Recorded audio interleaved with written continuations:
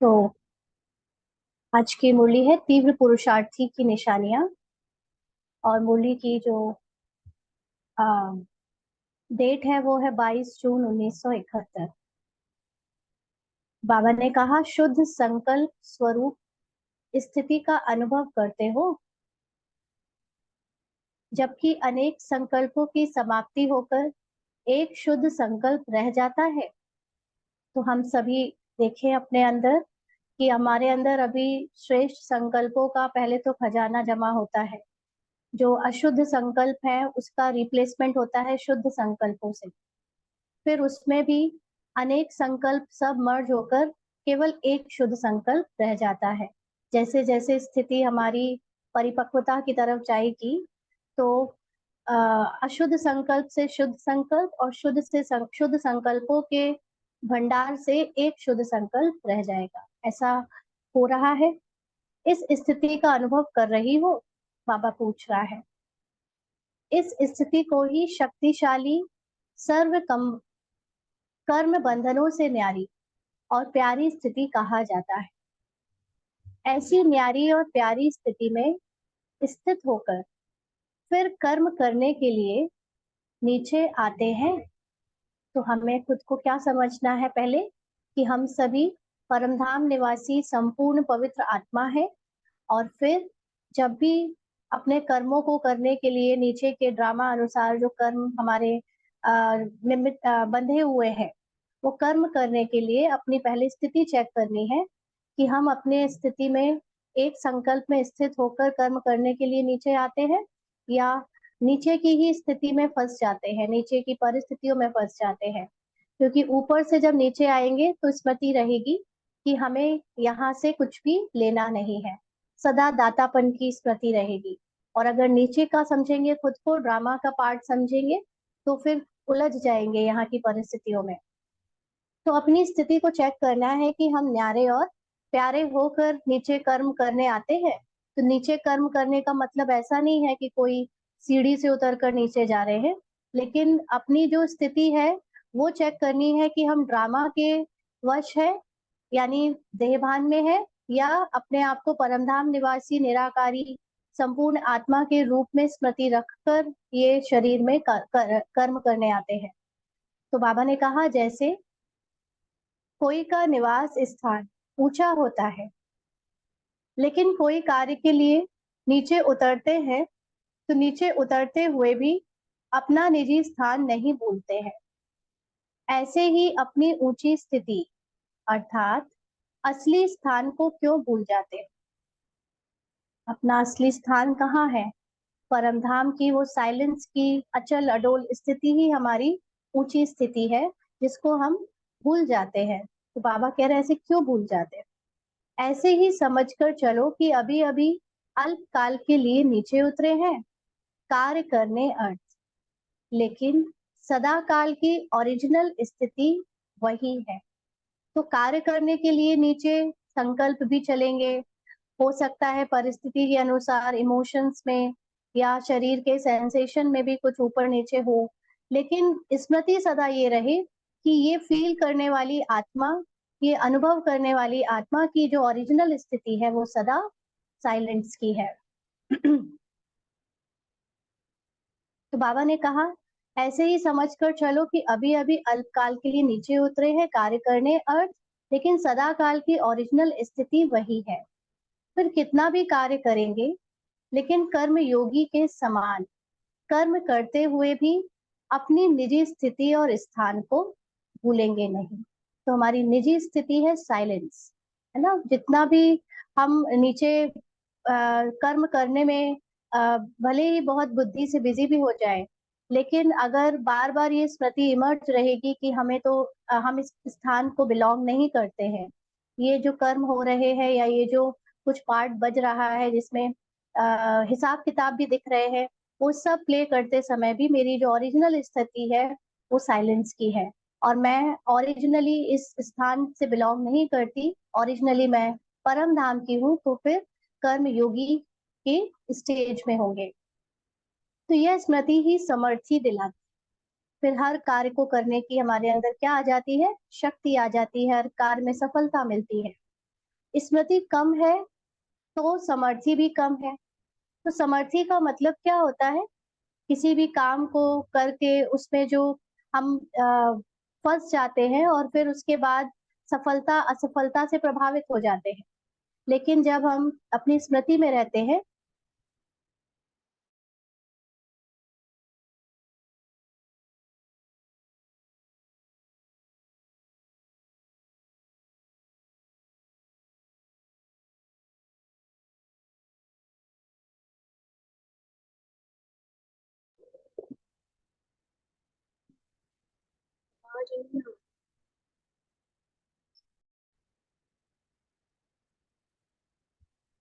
तो बाबा ने कहा कि यह स्मृति ही समर्थी दिलाती। तो समर्थी का अर्थ होता है कि हर कार्य को सफलतापूर्वक कर पाने की स्थिति। तो स्मृति कम है तो समर्थी भी कम है। समर्थी अर्थात शक्तियां। शक्तियां यानी हर कार्य में हमको करने की कुछ ना कुछ युक्ति, जैसे कहीं कहीं प्रॉब्लम्स आ जाती है, विघ्न आ जाते हैं, तो उससे निकलने के लिए हमारे अंदर शक्तियां होंगी। तो मास्टर सर्वशक्तिवान का जन्म सिद्ध अधिकार कौन सा है? बाबा पूछ रहे हैं। सर्व शक्तियां ही मास्टर सर्वशक्तिवान का जन्म सिद्ध अधिकार है। तो यह स्मृति की स्टेज जन्म सिद्ध अधिकार के रूप में सदैव याद रहनी चाहिए। ऐसे अनुभव करते हो कि सदैव अपना जन्म सिद्ध अधिकार साथ ही है। तो ये बाबा कह रहे स्मृति में रहता है कि सदैव हमारा जन्म सिद्ध अधिकार साथ में है। अपने को सपूत समझते हो? जो भी बैठे हैं सभी अपने को सपूत समझते हैं। तो कोई ने कहा सपूत है, कोई ने कहा बन रहे हैं। सपूत बन रहे हो या सबूत बन रहे हो? सपूत बन रहे हो या सबूत बन रहे हो? तो किसी ने कहा दोनों। अगर सपूत नहीं तो याद की यात्रा भी ठहरती नहीं। अंत तक अगर सपूत बनने का ही पुरुषार्थ करेंगे तो सबूत कब दिखाएंगे? सपूत बनने का अर्थ होता है सदा याद की यात्रा में रहना, सदैव आत्मिक स्मृति में रहना। तो अगर अभी भी आत्मिक स्थिति बना रहे हैं तो कब बनाएंगे और कब उसका फल दिखेगा? तो बाबा ने कहा सबूत दिखाने में तो फिर बहुत समय लग जाएगा, अगर अभी तक सबूत बने नहीं, आत्मिक स्मृति में रहते नहीं। तो बाबा ने कहा अंत तक अगर सपूत बनने का ही पुरुषार्थ करेंगे तो सबूत कब दिखाएंगे? 2-4 वर्ष में सपूत बनोगे, उसके बाद 2-4 वर्ष में सबूत दोगे। तो बाबा ने आज बहुत अच्छी सी एक लाइन बोली है, ये सभी को याद रखनी है। सपूत हो ही। क्या है? सपूत हो ही। ये नहीं समझो कि बन रहे हैं। जैसे हम लोगों ने डिस्कस किया था ना कि हम आत्माएं अपने ओरिजिनल स्थिति में सतो प्रधान संपूर्ण है, इसी स्मृति में सदा रहना है। ये नहीं कि पार्ट को देखते हुए अभी हम बन रहे हैं, अभी तो हमारे अंदर बहुत कमियां हैं तो हम अभी पुरुषार्थ करेंगे फिर बनेंगे, नहीं। ये तो पार्ट में है। सतो प्रधान पार्ट का अपना पार्ट था, तमो का अपना पार्ट है। तो पार्ट के अनुसार हमारे अंदर के जो संस्कार है, आत्मा के अंदर जो मन है, बुद्धि है, वो तमो प्रधान पार्ट बजाते हुए भी अगर स्मृति में आत्मा रखती है कि वो 100% साइलेंस में 100% परफेक्ट है, तो वो अपने पार्ट को बजाते हुए भी उससे प्रभावित नहीं होगी। तो इसलिए बाबा ने आज ये बात कही कि सदा क्या याद रखो? सपूत हो ही। अगर सपूत नहीं होते तो अपने को सरेंडर समझते, है ना?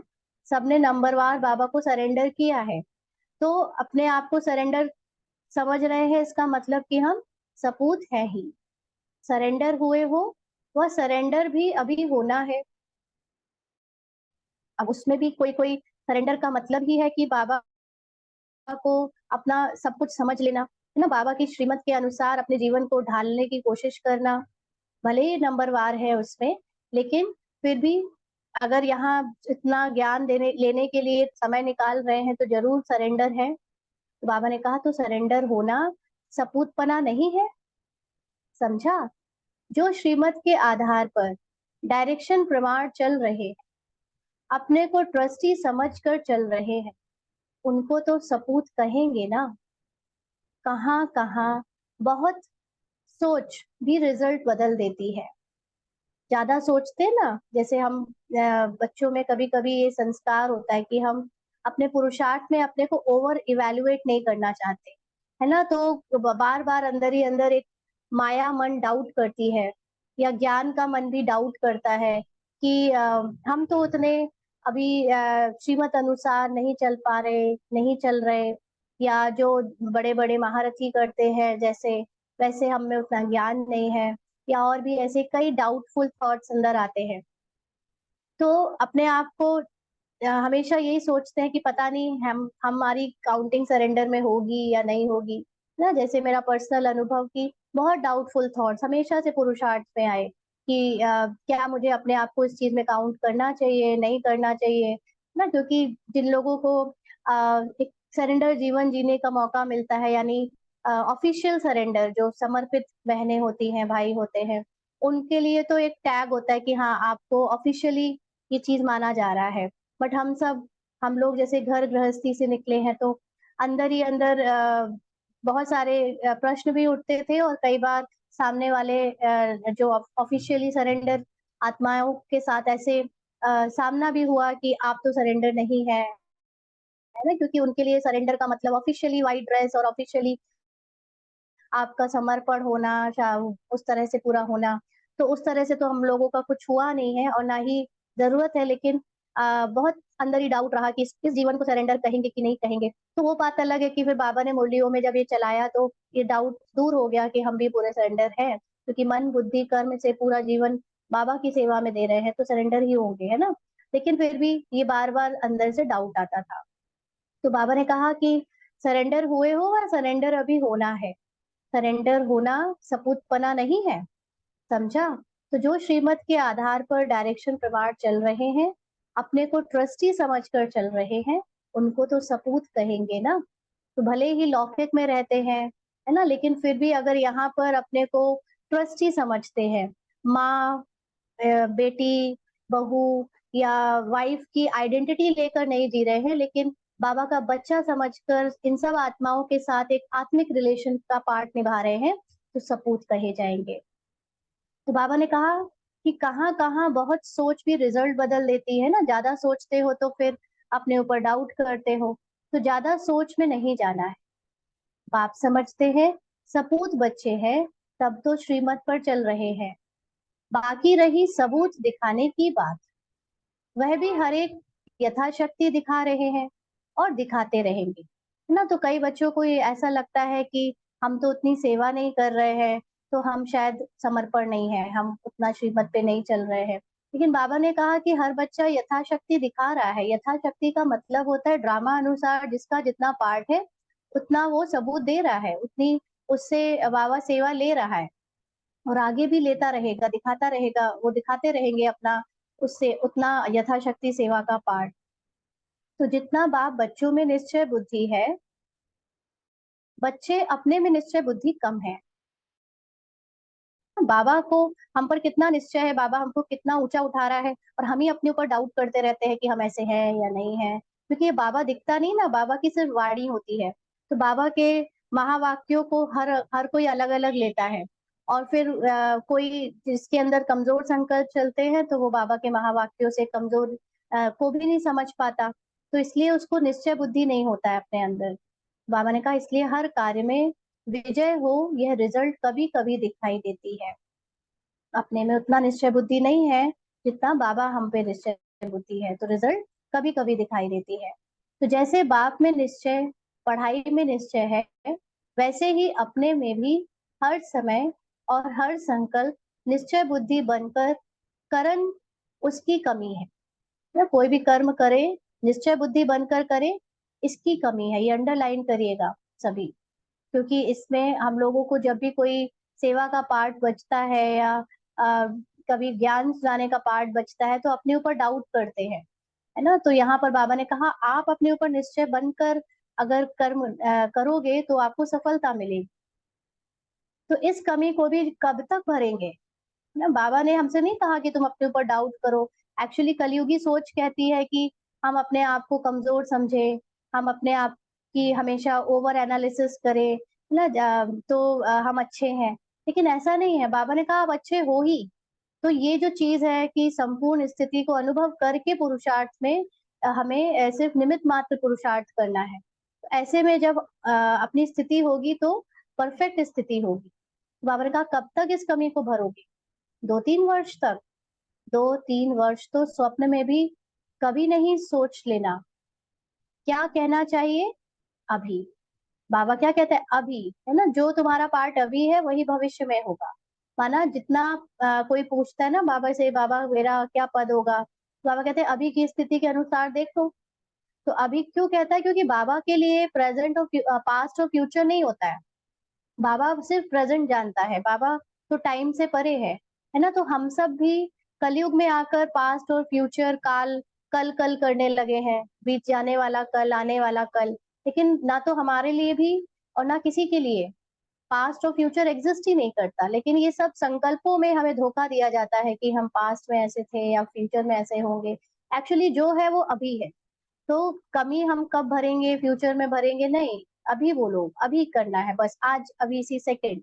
तो जो तीव्र पुरुषार्थी है उनके मुख से कभी शब्द नहीं निकलेगा। वह सदैव अभी, सिर्फ कहेंगे भी नहीं, लेकिन अभी अभी करके दिखाएंगे। तुरंत कॉन्फिडेंस उनका वापस जो है हो जाएगा, अपने ऊपर निश्चय बुद्धि हो जाएंगे। यह है तीव्र पुरुषार्थ। ऊपर जा रहे हो तो नजदीक होना चाहिए ना? किसके नजदीक? बाबा की स्थिति के नजदीक, है ना? जैसी बाबा की स्थिति है, हमारी स्थिति भी वैसी बनती जानी चाहिए। अगर 2-3 वर्ष की मार्जिन रखी है तो तीव्र पुरुषार्थी की लाइन में गिनती होगी। तीव्र पुरुषार्थी का अर्थ ही है कि जो भी बात कमजोरी व कमी की दिखाई दे उसको अभी अभी खत्म कर दे। तो ये जो कमजोर संकल्प है ना, ये सबसे बड़े हमारे दुश्मन है। इसको भी अभी अभी खत्म करना है। ऐसे नहीं कि हाँ हम इसके ऊपर पुरुषार्थ करेंगे, बस अभी के अभी खत्म कर। बाबा ने कहा जब स्मृति रहती है तो स्मृति के साथ समर्थी रहने के कारण कोई भी कमी को पूर्ण करना ऐसा लगता है जैसे कोई साधारण कार्य बगैर सोचे ऑटोमेटिकली हो जाता है ना। मेन बात है कॉन्फिडेंस की। कॉन्फिडेंस आता है स्मृति से। आप अपने आप को किस स्मृति से देखते हो? तो जब आपकी स्मृति में ही समर्थी आ जाएगी, पावर हो जाएगी, तो अपने आप सारे काम ऐसे होंगे जैसे बिना सोचे हो रहे हैं, है ना? तो यह नेचुरल हो जाता है। ऐसा पुरुषार्थ करने के लिए दिन प्रतिदिन जो शिक्षा मिलती है उसको स्वरूप बनाते जाओ। ऐसा पुरुषार्थ करने के लिए बाबा ने कहा दिन प्रतिदिन जो शिक्षा मिलती है उसको क्या करते जाओ? तुरंत की तुरंत स्वरूप बनाते जाओ। शिक्षाओं को शिक्षा की रीति से बुद्धि में नहीं देखो, लेकिन हर शिक्षा को स्वरूप बनाओ तो क्या बन जाएंगे? जो असली स्टेज का गायन है, ज्ञान स्वरूप, प्रेम स्वरूप, आनंद स्वरूप स्थिति बन जाएगी। पॉइंट की रीति से बुद्धि में नहीं रखो, है ना, कि रट लिया है बाबा ने ऐसा ऐसा कहा है और बस हम अपने को या दूसरों को सुनाए जा रहे हैं, नहीं। लेकिन पॉइंट को प्रैक्टिकल स्वरूप बनाओ, फिर सदैव पॉइंट स्वरूप में स्थित हो जाएंगे। तो जो अपनी समर्थी वाली स्थिति है, जो संपूर्ण स्थिति है, वो कब फील हो सकती है? जब हम अपने को आत्मा समझे, पॉइंट समझे। तो जब हम ये पॉइंट्स जो बाबा शिक्षाएं दे रहा है उसको अपने जीवन में उतारेंगे तो हमारे लिए आत्मिक स्थिति बनाना, संपूर्ण स्थिति की स्मृति में रहना बहुत नेचुरल हो जाएगा, स्थित होना बहुत आसान हो जाएगा। तो अभी बाबा ने कहा कि मेजॉरिटी पॉइंट को पॉइंट की रीति से धारण करते हैं, यानी एक्सप्लेन करने के लिए वर्णन करते हैं।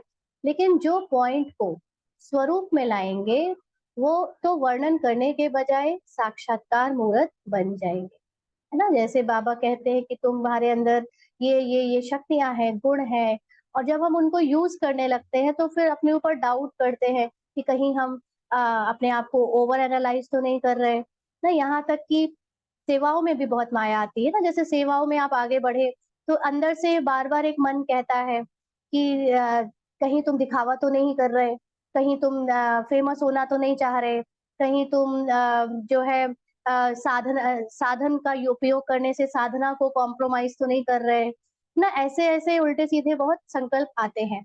तो ये चेकिंग करनी है कि हम बाबा ने हमको क्या बोला है।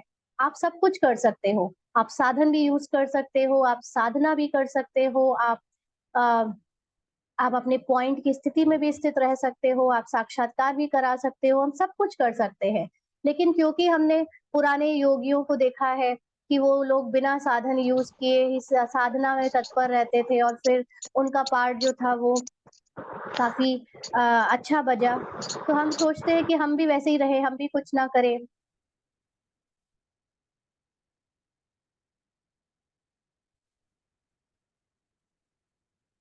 तो हमारे लिए भी वैसे ही पुरुषार्थी जीवन होना चाहिए। लेकिन ये सारी चीज़ें जो है ना हमें अपने अंदर के जो नेगेटिव और कमज़ोर संकल्प है उनको रिप्लेस करना है, क्योंकि बाबा ने जब आत्मा को सर्वसमर्थी बोला है तो वो सब कुछ कर सकती है। ना तो डाउट नहीं करना है किसी भी चीज़ में, क्योंकि जितना हम करेंगे, जितनी सेवा करेंगे या जितना हम स्वरूप बनेंगे, उतनी ही शक्तियाँ बढ़ेंगी। और ये सोचते रहे कि अंदर छुपा के रखें, गुप्त रखें, ऐसे नहीं बढ़ेगी।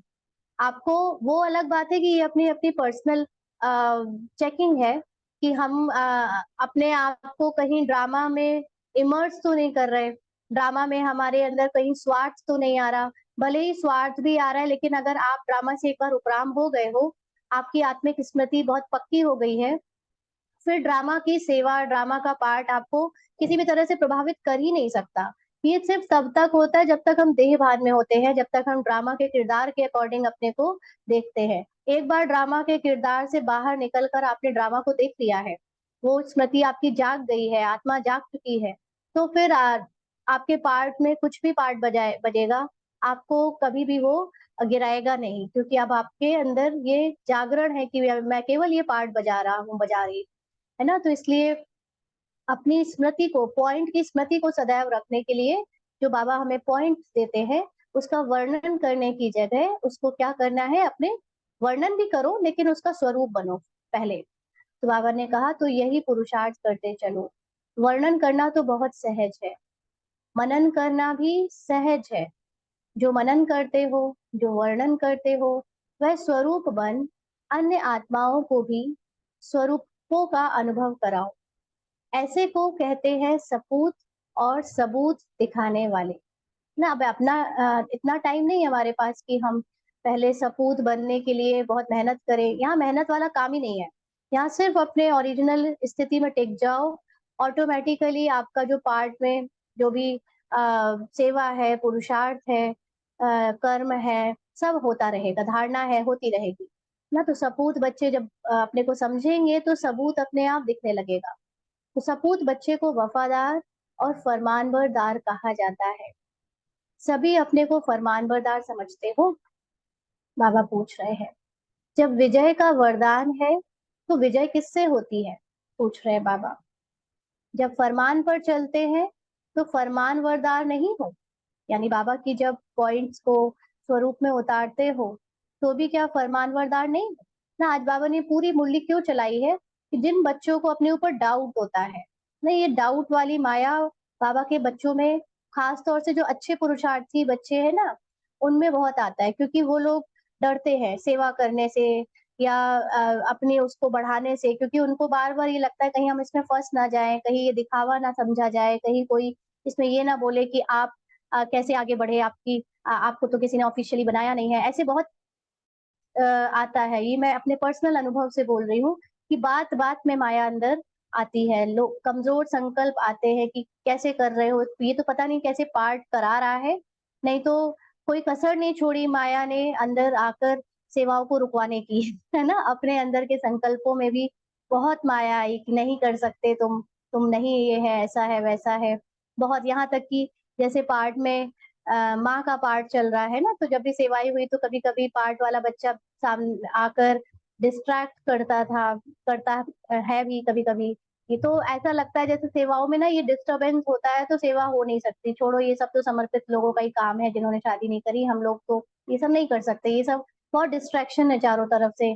तो नहीं, वो तो बाबा जाने, पार्ट में जो हो रहा है वो अपने आप हो रहा है, लेकिन माया ने इतना पीछे को खींचने की कोशिश करी और अभी भी करती है ना? तो बाबा आज वही बच्चों को अपने अंदर की कमजोरी मिटाने के लिए ये अच्छे से समझा रहा है कि जब आप इतनी चीजों को फॉलो कर रहे हो, पॉइंट्स को धारण कर रहे हो, फरमान पे चल रहे हो, तो क्या फरमानबरदार नहीं हो?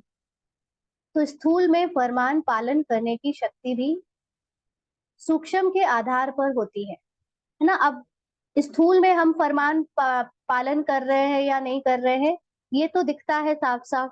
जैसे स्थूल में आप यूनिफ़ॉर्म में हो कि नहीं, स्थूल में आपने भोजन पवित्र खाना शुरू किया कि नहीं, स्थूल में आप अमृत वेला करते हो, उठते हो कि नहीं, ये सारी चीज़ें तो दिखती हैं किसी को कि ये करते हैं या नहीं। लेकिन इससे भी और एक सूक्ष्म फरमान है बाबा का, निरंतर मेरी याद में रहो। तो बाबा ने कहा निरंतर फरमान पालन होता है, तो मुख्य फरमान कौन-सा है? कई लोगों ने ना स्थूल फरमान को ही सबसे टॉप पे रखा हुआ है कि हमारा अमृत वेला मिस ना हो, हमारा खाने में अगर किसी ने टच भी कर दिया, किसी अपवित्र मतलब जो कुछ आत्माओं का तो ऐसे भी पुरुषार्थ है कि किसी का भोजन वो खुद बनाते हैं और अगर ज्ञान में नहीं चलने वाली आत्मा ने उसको टच भी कर दिया, तो वो खाते नहीं है खाना।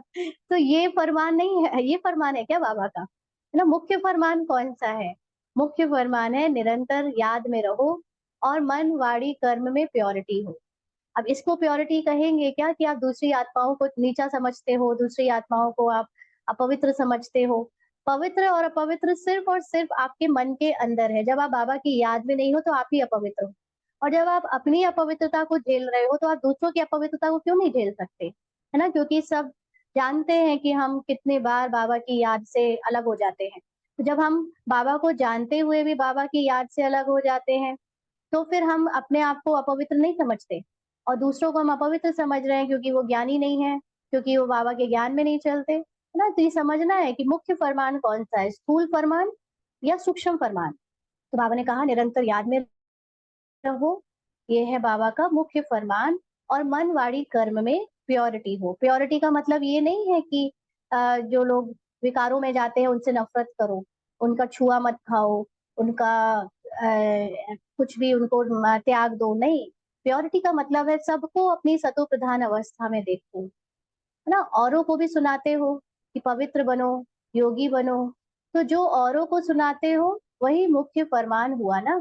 तो योगी मतलब अपनी स्थिति है, ये नहीं कि हम दिखाने के लिए योगी बने हैं, हम सुबह उठते हैं क्योंकि मेजॉरिटी में तो यही है कि हम अगर अमृत वेला उठते हैं तो हम योगी हैं, ना ऐसा नहीं है, आप निरंतर बाबा की याद में रहते हो वो मुख्य बात है। तो संकल्प में भी अपवित्रता व अशुद्धता ना हो, इसको कहते हैं संपूर्ण पवित्र। ऐसे फरमानबरदार बने हो ना, सारी शक्ति से ना पवित्र और योगी है कि अभी बनना है? पूछ रहे हैं बाबा। निरंतर योगी भी है, निरंतर अर्थात संकल्प में भी अशुद्धता नहीं है। संकल्प में भी अगर पुराने अशुद्ध संस्कारों का टच होता है, तो भी संपूर्ण प्योरिटी तो नहीं कहेंगे ना। अब ये लाइन बहुत गहरी है। अब इसको पहले वाली अंडरस्टैंडिंग समझेगी कि संकल्प में भी आपके जो तमो प्रधान का पार्ट चल रहा था या चल रहा है ना? ये लास्ट 84 जन्म का जो पार्ट है उसमें जो अपवित्रता वाले कर्म हो जाते हैं मतलब क्रोध आना, लालच आना या किसी भी तरह के अशुद्ध कर्म या संकल्प हो जाते हैं, उसको वो नहीं होने चाहिए। ये पुरानी सोच है। लेकिन बाबा के इसको क्या कह रहा है कि संकल्प में भी अगर पुराने अशुद्ध संस्कारों का टच होता है, तो भी संपूर्ण प्योरिटी तो नहीं कहेंगे ना। तो बाबा इस लाइन में ये समझाना चाह रहा है कि अगर आपके अंदर यानी आत्मा के अंदर जो पार्ट बज रहा है, उसमें पुराने अशुद्ध संस्कार का कुछ भी कर्म या अ, सोच में या बोल में रिफ्लेक्ट हो रहा है यानी हो रहा है वो कर्म, तो उससे आपको अपनी पहचान नहीं बनानी है। माना उसको अपना नहीं कहना है कि ये मेरा है, मेरे अंदर ऐसा संस्कार है, मैं ऐसी हूँ। अगर आपने उसको मेरा कह दिया, वो तो आएगा संस्कार क्योंकि बाबा ने कहा है ना लास्ट में जाते-जाते सारे संस्कार ऐसे-ऐसे संस्कार निकलेंगे जो आपको पता भी नहीं है ना? तो वो संस्कार आते हुए, दिखते हुए भी आप उसको अपना ना मानो। अगर उसको मान लिया तो आप संपूर्ण प्योर नहीं कहे जाओगे। तो जैसे स्थूल भोजन भले कोई स्वीकार नहीं करते हैं, लेकिन हाथ भी लगाते हैं, तो भी अपने को सच्चे वैष्णव नहीं समझते हैं ना। कुछ लोग ऐसे वैष्णव हैं कि उनको कोई छुए भी नहीं, छू लेते हैं तो नहाने चले जाते हैं। तो जब वो लोग भी ऐसे अपने आप को इतने प्योर वैष्णव समझ के ऐसा करते हैं, तो अगर बुद्धि द्वारा भी अशुद्ध संकल्प व पुराने संस्कार संकल्प रूप में टच होते हैं, तो भी संपूर्ण वैष्णव कहेंगे? देखिए, अब अशुद्ध संकल्प का पार्ट चलता है मन में, या अशुद्ध कर्म होते हैं। पहले मन में संकल्प आता है और फिर कर्म या बोल में निकलता है। वो पार्ट के अनुसार निकलता है, क्योंकि हिसाब किताब में अगर किसी के प्रति हमारा अभी कुछ पार्ट रह गया है, उसको कुछ वापस करने का, तो हो सकता है कि कुछ अशुद्ध कर्म या अशुद्ध बोल उसके प्रति निकल जाए। लेकिन क्या आपकी बुद्धि उस कर्म को, उस संकल्प को या उस बोल को, वचन को अपना समझ लेती है? अगर समझ लेती है तो मतलब आप संपूर्ण वैष्णव माना, आप अभी संपूर्ण पवित्र नहीं हो। अपना नहीं समझना है, निकलता भले रहे। तो अगर बुद्धि द्वारा भी अशुद्ध संकल्प पुराने संस्कार संकल्प रूप में टच होते हैं, कि उसके बारे में फिर चिंतन चल रहा है बाद में, हाय मैंने कैसे कह दिया, हाय मैंने कैसे कर दिया, बोल दिया, है ना? या ये मेरे मन में अभी भी चल रहा है, मैं अभी भी ऐसी हूँ, तो फिर उसको भी संपूर्ण वैष्णव नहीं कहेंगे ना। तो कहा जाता है अगर कोई भी देखता भी है अकर्तव्य कार्य, है ना, जो कार्य बाबा जो इस श्रीमत अनुसार नहीं है, ऐसा कोई कार्य अगर हो भी जाता है, देख लेता है, तो देखने का असर हो जाता है। माना अपने संस्कारों को देखते हुए भी अगर आप उससे प्रभावित हो जाते हो, तो फिर वो आपके ऊपर अपवित्रता का दाग छोड़ देता है, तो उसका भी हिसाब बन जाता है। तो इस हिसाब से सोचो, तो पुराने संस्कार व अशुद्ध संकल्प बुद्धि में भी टच होते हैं, तो भी संपूर्ण वैष्णव व संपूर्ण प्योरिटी नहीं कहेंगे। तो कर्म या मन में संकल्प या मुंह से वचन पुराने संस्कार के अकॉर्डिंग अगर हो भी रहे हैं, तो बुद्धि उससे अपनी पहचान ना बनाए, नहीं तो उसका भी हिसाब किताब बन जाता है। तो बाबा ने कहा, पुरुषार्थ का लक्ष्य कहाँ तक रखा है? अब सोचो, जबकि इतनी स्टेज तक जाना है, तो यह छोटी-छोटी बातें अब इस समय तक शोभती है? माना अपना कॉन्फिडेंस कम करना, बार-बार नेगेटिव संकल्पों को हवा देना, वेस्ट संकल्पों में फँस जाना, है ना? और पुरुषार्थ में रुक जाना क्योंकि अपने मन में डाउट आ रहा है अपने प्रति, ना मेजॉरिटी को अपने प्रति डाउट आता है कि बाबा तो बहुत अच्छा है, आप सब बहुत अच्छे हो, लेकिन मैं अच्छी नहीं हूँ। मेरे अंदर अभी ये कमी है। इतनी पढ़ाई करने के बावजूद भी अगर ऐसा चल रहा है, तो फिर क्या फ़ायदा मैं पुरुषार्थ कर रही हूँ, उससे अच्छा तो मैं बाहर ही ठीक थी, कम से कम बदनाम तो नहीं करूँगी बाबा को, है ना? ऐसे-ऐसे भी बहुत संकल्प आए हैं पास्ट में। तो ये सब क्या है? बाबा कहते हैं ये सब शोभता है आपको? ना वो संकल्प, वो कर्म, वो वचन, वो सब कुछ पुराने हिसाब-किताब के अनुसार चलता रहा, लेकिन आपको अपनी पहचान उनसे नहीं बनानी। तो अभी तक बचपन के खेल खेलते रहते हो, वह कभी दिल होती है बचपन के खेल खेलने की? ना अभी भी कभी-कभी आ जाता है, या पूरे टाइम उसी को खेलते हो? वहाँ ही रचना की, वहाँ ही पालना की और वहाँ ही विनाश किया, ये कौन-सा खेल कहा जाता है? ना पहले खुद ही कमज़ोर संकल्प रचे, फिर उसको और सोचा, फिर उसको मिटाने में इतनी मेहनत करी, तो ये अ, अच्छे पुरुषार्थी की निशानी तो नहीं है। वो संकल्पों से अपनी पहचान ही नहीं बनानी है अगर वो आ जाते हैं तो। बाबा ने कहा वह तो भक्ति मार्ग के अंधश्रद्धा का खेल हुआ। माया आएगी ज़रूर, देखो बाबा कह रहा है, माया आएगी ज़रूर, लेकिन अब की स्टेज अनुसार, समय अनुसार विदाई लेने के अर्थ आनी चाहिए, ना कि ऐसे रूप में आए। तो क्या होता है जब आप बाबा की याद में उन संकल्पों को देखते हो, साक्षी होकर अपने अंदर के उन कर्मों को साक्षी होकर देख रहे हो, तो उस समय माया सिर्फ विदाई ले रही होती है। माना वो लास्ट टाइम वो संकल्प, वो कर्म, वो संस्कार आ रहा होता है विदाई लेने के लिए।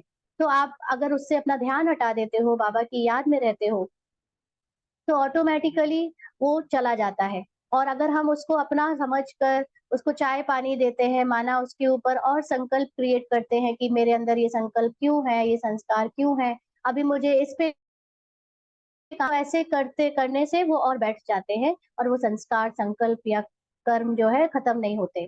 तो इसलिए बाबा ने कहा अब तो समय ऐसा आ गया है कि अब आप सबको विदाई करो, यानी उनमें ध्यान मत दो, है ना? तो नमस्कार करने आए, अभी चलने की तैयारी नहीं करनी है। नहीं करनी है, अब तो जाना है ना, तो इन संकल्पों से, संस्कारों से कब तक अपनी पहचान बना के रखनी है। कुछ समय नमस्कार देखेंगे या चल पड़ेंगे। शक्तियों को भी सभी अनुभव करना है।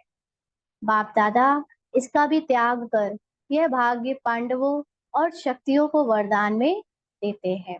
बाबा ये वरदान दे रहा है हमको कि अब तुम ये सब को त्यागो जल्दी से और अपनी संपूर्णता को अनुभव करो, क्योंकि संपूर्णता ऑलरेडी अंदर है, लेकिन ये कमजोर बादल की तरह ये जो संकल्प है, ये कर्म है, ये जो संस्कार है, ये आपको आपकी संपूर्णता को सिर्फ अनुभव करने नहीं दे रहे हैं।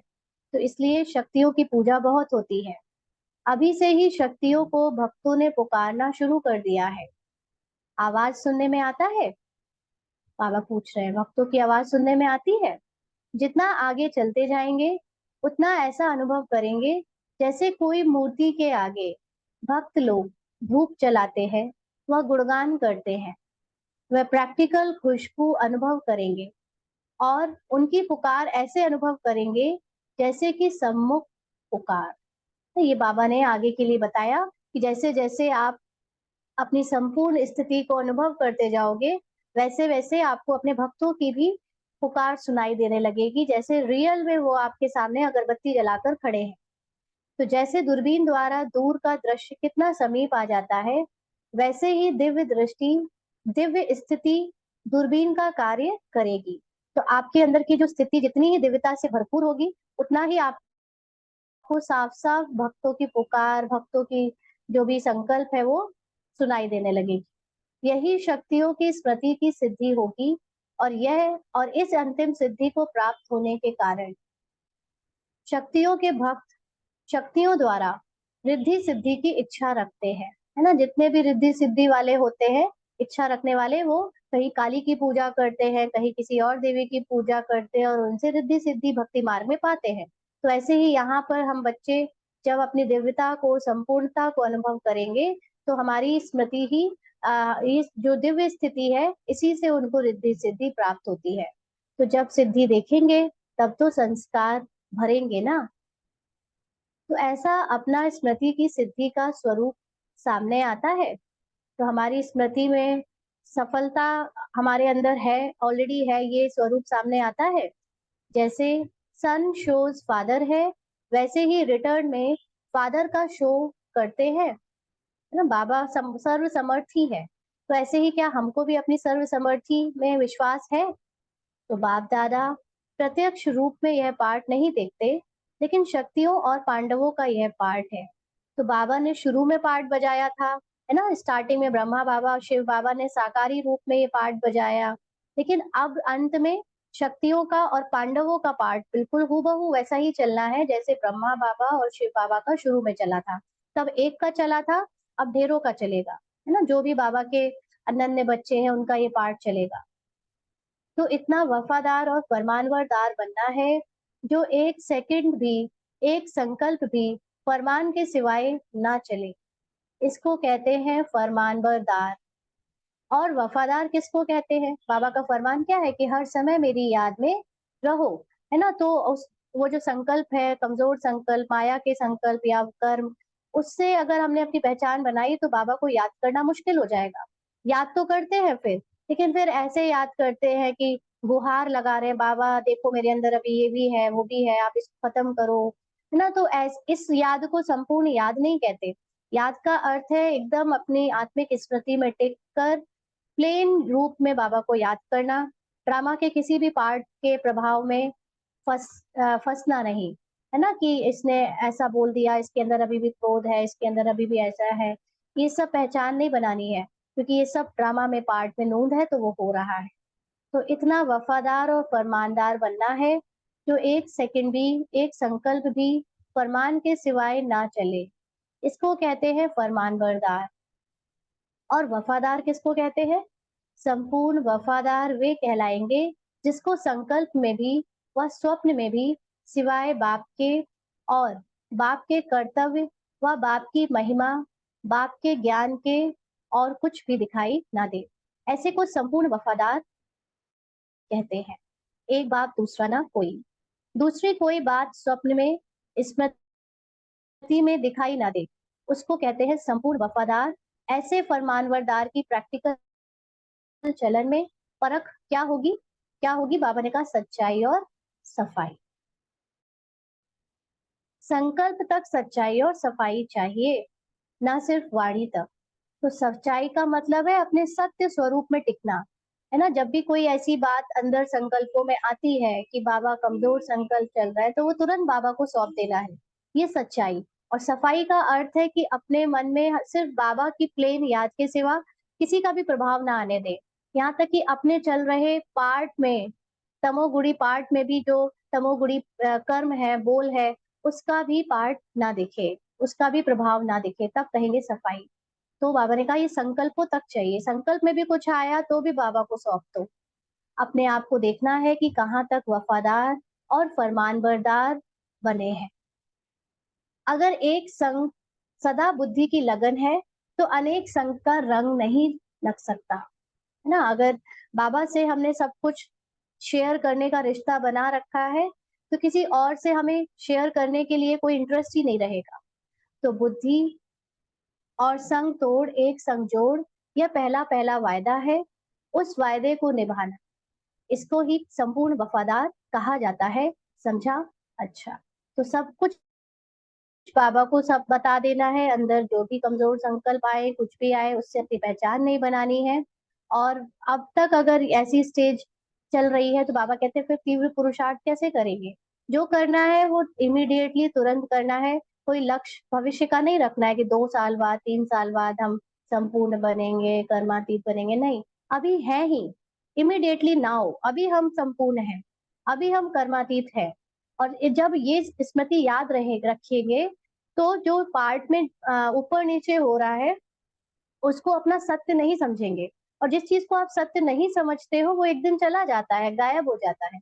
अभी हम प्रेजेंट को देखकर इसको सत्य समझ लेते हैं और संपूर्ण स्टेज को फ्यूचर समझ लेते हैं। तो इसलिए जो अभी चल रहा है वो लगातार अभी अंदर आ ही रहा है, वो खत्म नहीं हो रहा है, और संपूर्ण स्टेज दूर के दूर बनी हुई है।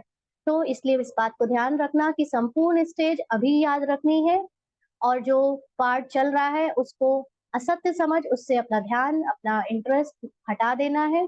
ऑटोमेटिकली वो मर्ज हो जाएगा, क्योंकि अब वो विदाई लेने के लिए आया हुआ है। अच्छा, ओम शांति।